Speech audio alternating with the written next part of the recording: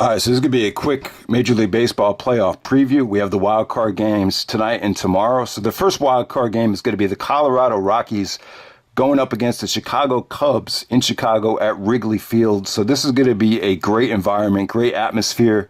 I don't think anyone expected the Cubs to be in the wild card game, but the Milwaukee Brewers win the National League Central and surprise everybody. And then the Dodgers kind of get back to form and they win the tiebreaker against the Rockies. So the Dodgers won the National League West. So the Rockies have to settle for the wild card game again after getting beat last year by Arizona, and they'll play the Cubs at Wrigley Field. So let me say this about the Rockies. Rockies are, I would say that they're a better team than last year. Obviously, last year you saw the offense come to light. You know, you saw Charlie Blackmon, Nolan Arenado, Trevor Story. They have a lot of weapons, a lot of guys that can hit it out of the park, a lot of guys that consistently, put the ball in play, have great batting averages, and the pitching has been more well-rounded this year. So this one, you're going to get Freeland going up against Lester for the Cubs. Should be a great pitching matchup. I'd give the advantage to Lester with the Cubs because Lester is more experienced. He's a lefty. Obviously he's getting older, but he's got the experience playing in the World Series with the Red Sox and Game 7 with the Cubs a couple years ago. The Cubs, killer lineup, best lineup in baseball, in my opinion, especially with them adding Daniel Murphy. They're actually not playing Schwarber tonight in left field. Schwarber is a big, beefy guy that can hit it out of the park, but he's not a good defender. So it looks like they're going to put Chris Bryant in left field. But you get my point about the Cubs. Killer lineup, adding Daniel Murphy, Hayward, Rizzo, Bryant, Javier Baez, their best player this year, their MVP candidate. It's an incredible lineup. The thing that's kind of hurt the Cubs is, the starting pitcher. Starting pitching is not as good as when they won the World Series. Obviously, they're missing Arrieta, who used to be their best pitcher.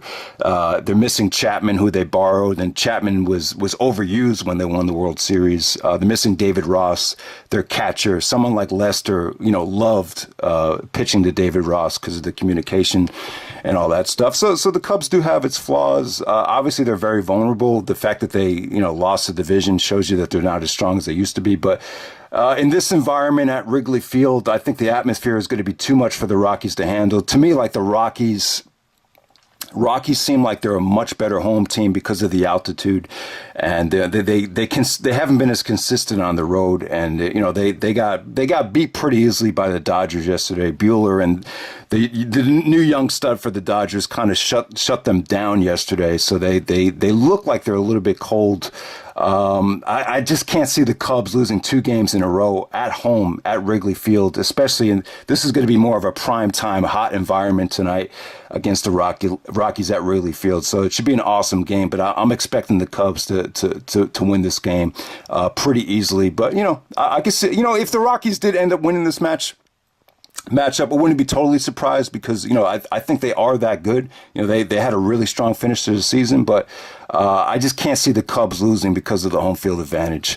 So next up, we have the Yankees hosting the Oakland Athletics in the Bronx at Yankee Stadium. Probably the most intimidating environment in all of sports is pitching at Yankee Stadium in the wild card game. You saw Severino for the Yankees struggle last year. They got off to such a bad start. I was like, oh man, here we go again. And but Girardi went to the bullpen and they were able to get their way out of it, and they won last year's wild card game. So yeah, I mentioned Girardi. The Yankees decided not to bring back their manager, Joe Girardi, and I was really upset. I'm a big Girardi fan. I always listen to his spots with Mike Francesa on WFAN, and I don't know. I just felt like it was bad morale for the team not to reward Girardi for bringing them 1 game away from the World Series. They overachieved, and they didn't bring him back. They went with Aaron Boone. Probably to save money, but they went with Boone because he's more of a consoler. He's great. He's great on the radio. He's a great communicator. He's not going to throw the team under the bus. But I like Boone. I just but I'm a big Joe Girardi fan as well, so I'm kind of torn there. But the Yankees this year, even though they won 100 games, they did not win the division. The Red Sox were definitely the better team. The Red Sox are more of a team that puts the ball in play. They get timely hits. The Yankees, more home runs than any other team in baseball history right here. They rely on the home run a little bit too much. They've had, a lot of flaws, I would say, with this team. I like if I'm a Yankee fan, I wouldn't be that confident that they're even going to win this game against Oakland. I've just seen so many holes in this team this year. They got, like this is how I would put it. The Yankees have a lot of positives, but like they have just as many negatives, in my opinion. You've had some young, you've had some really good younger talent that has exceeded expectations. Like Andujar at third base has been awesome. To me, like Andujar and Didi have been the best players this year for the Yankees. And then Gleyber Torres, he's had some ups and downs, but for the most part, Torres has pretty much lived up to the hype, I would say. And then you've had some colossal disappointments. You had Greg Bird, who's tailor-made for Yankee Stadium because he could bust a game open and hit it to right field and hit it out of the park.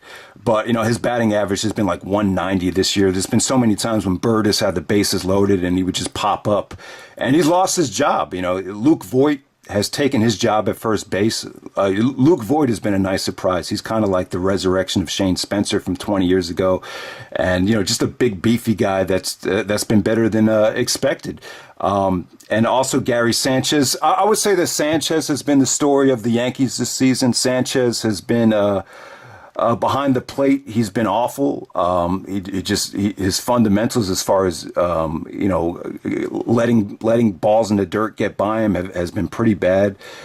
He just hasn't been able to catch a lot of pitching in big spots. There's been some communication problems with Sonny Gray and Sanchez, with Sanchez and Tanaka. You got that Japanese-Spanish language barrier.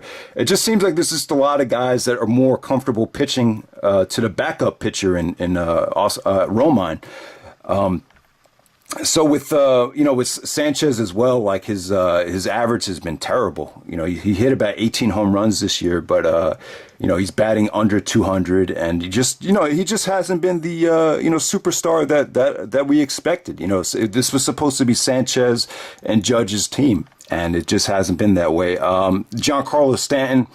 They basically got him for nothing. Jeter wanted to give him away. Obviously, Jeter is the new owner of the Marlins. I think Stanton really wanted to stay in Miami, and I think you could see that for the most part this year, that Stanton didn't feel that comfortable. It looked like the weather at Yankee Stadium which was pretty awful in April and May, was affecting Stanton. And, I don't know. Like this team has such high expectations. Everyone was like, how do you pitch to this lineup with Didi, Stanton, and Judge? And there's no way this team is going to, they had a good year. They won 100 games, but, they just haven't been, they've just had a lot of droughts. And there's been a lot of games where they just haven't been able to hit like mediocre pitching. They've struggled against really bad teams like the White Sox and like the Detroit Tigers late in the season. So you're just a little bit worried there. But the other thing I would say is with the pitching, it just seems like you have a lot of guys that are intimidated by pitching at Yankee Stadium, like Sonny Gray. They made that huge trade for Sonny Gray last year, and now he's not even in the rotation. Part of the reason is he doesn't feel comfortable pitching in New York. It's as simple as that. Even Brian Cashman, the GM, said, if another team picked up Sonny Gray, there's a good chance he'd go back to being the same kind of pitcher because of the environment. Maybe if he pitched in Kansas City, or maybe if he was pitching back in Oakland, he'd go back to being the same pitcher. But he just looks like a nervous wreck out there. So they can't even use Gray. And the pitching. The starting pitching's been pretty good. The Yankee bullpen has been inconsistent at times. Betances has been really inconsistent this year. Chapman's had a lot of injury issues, but you're just kind of hoping that they come back to form for the playoffs. With the starting pitching this year, Severino got off to a hot start, but since the All-Star break, he's been really just inconsistent. So you don't know what Severino you're going to get, especially after last year's wild card game.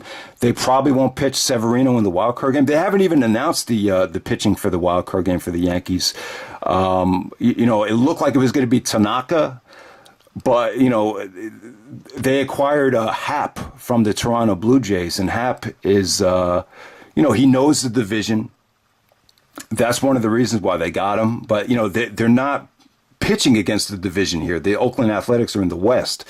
So yeah, I mean, there's still a possibility that they might go with Tanaka. The reason I think they might go with Happ is because I think they want this to be more of a bullpen dominated game. So maybe they'll just say, Happ, pitch 4 innings and then they're going to go to Green, then Robertson, then Betances, Chapman, and then they acquired Britton from the Orioles, one of the best closers in the game. So the Yankee bullpen, as long as they could keep it close after 4 or 5 innings, they should be able to win this game. I'm scared of Oakland, though. This Oakland Athletic team, I think they're a great team. They've been fun to watch.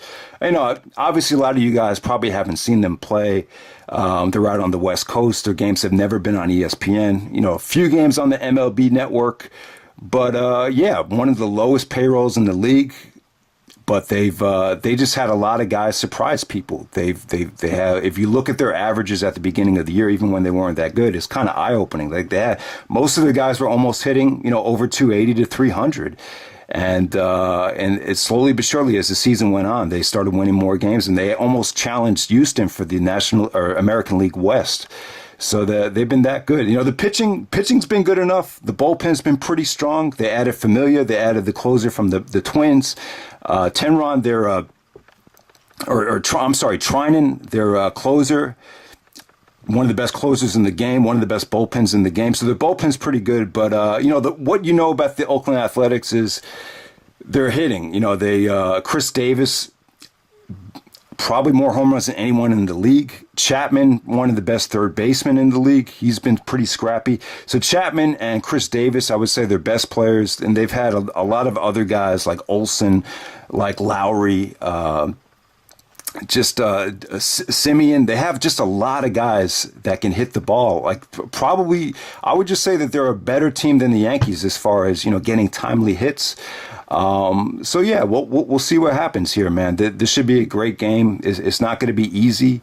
I wouldn't say this Oakland team is gonna throw a pitcher at you like a Keuchel, like a Verlander, where it's gonna be tough to hit. But like I said in the past, man, the Yankees have struggled against really bad teams, and they've had average to mediocre pitchers, shut them out in the past couple of months. So you just don't know what you're going to get here. And like I said, the Yankees are keeping the pitching they're kind of making people guess. They've been making people guess for like the last month, but I don't know who they're going to go with. They're probably either going to go with Tanaka or Happ.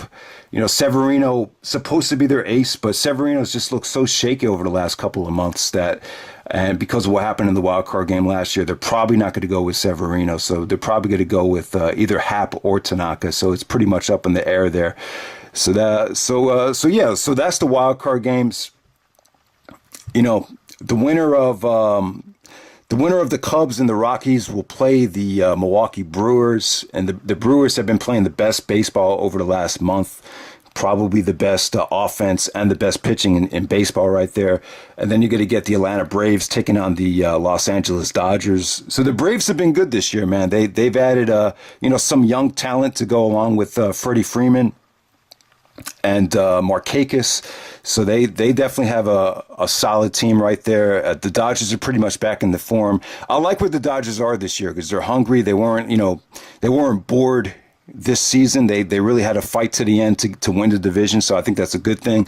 Plus Kershaw's really well rested, and they've discovered some good starting pitching to go along with Kershaw. So I think the Dodgers probably make it back to the World Series. I really think they will.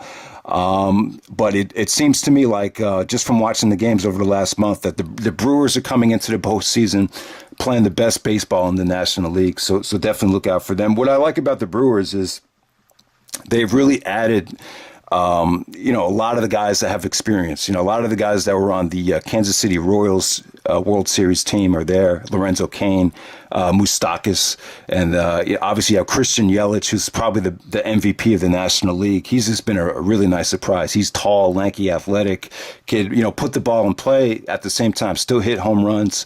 They've added Granderson to go along with a lot of their other sluggers like Aguilar. So yeah, the Brewers are a good team. Even Ryan Braun, the guy that got busted for steroids, along with A-Rod, 6-7 years ago, has kind of redefined his role and has become more of a timely hitter than a slugger. So look out for the Brewers, man. They should be good. But I'm a Dodger fan, so I'm going to pick the Dodgers to get back. They still have that killer lineup with Puig and Cody Bellinger. Plus, they got guys on the bench that you could just pinch hit like Matt Kemp that could come in and wreck up a game. So yeah, man, I like the Dodgers to get back to the World Series after the really disappointing Game 7 collapse last year against the Astros. So let me just briefly touch on the American League. So the Yankees and the A's winner will play the Red Sox, and yeah, man, the Reds. So to me, like, the Red Sox are a better team than the Yankees, because they don't rely on the home run. I'm just in favor of teams that have young, quick players that don't rely on the home run and get timely hits. Mookie Betts, Xander Bogaerts, Benintendi. These guys put the ball in play. The pickup for JD Martinez with the Red Sox has just been better than expected. If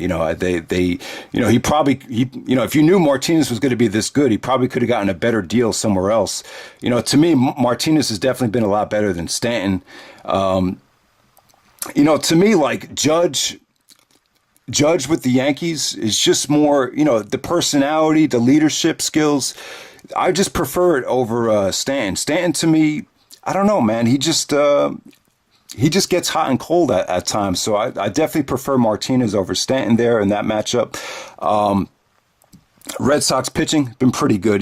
David Price can't pitch against the Yankees. Price has been really one of the most disappointing pitchers since he signed the contract. But the Red Sox pitching's pretty good though, man. Sale, like, as long as Sale is healthy, I still think he's the best pitcher in the American League. The Red Sox bullpen, the middle relief's not that good, but when you get to Kimbrel, it's pretty much lights out.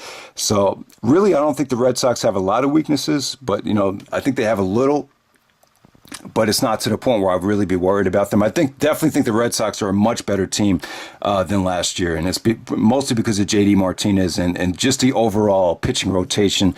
I just think it's a lot better than it was in the past. The other matchup there is you get the Cleveland Indians taking on the Houston Astros. Yeah, both teams kind of went under the radar this year. The Indians, the one thing you worry about them is Andrew Miller, their one of their relievers, is just not the same. Andrew Miller, they got him from the Yankees a couple years ago when they were going for the championship, and he's coming in with a lot of question marks. And then with the Astros definitely had better pitching this year. They've gotten even better as far as the pitching goes. They actually added Cole McCullers goes to the bullpen, so they strengthened that up. They added the closer from the Blue Jays. So I would say that the Astros pitching is even better. What you worry about the Astros is just the injury to Carlos Correa. Correa was definitely like one of the best players in the league last year and just doesn't seem to be the same player. But then you got other guys like Bregman and Springer who have been sensational this year. So the Astros, Indians, Astros, Red Sox, all these teams are pretty great. I mean, any of them can make it back to the World Series. Really, there's not a lot of flaws in any of their games. The team I'd be worried about the most in the American League is the Yankees. It just, even though they have all this talent, they just have certain guys that haven't panned out the way you wanted them to, so that's what you're worried about there. But yeah, man, if I were to pick the World Series, I would say that it's going to be Red Sox and Dodgers, like if I had to put money on it. But the Yankees are the team I've watched the most. Obviously, I live in the area, so this is all anyone talks about on the East Coast. So their flaws, I'm probably magnifying the flaws a little bit more than most people, but we'll see what happens. Hope you guys enjoy the playoffs, and that's it.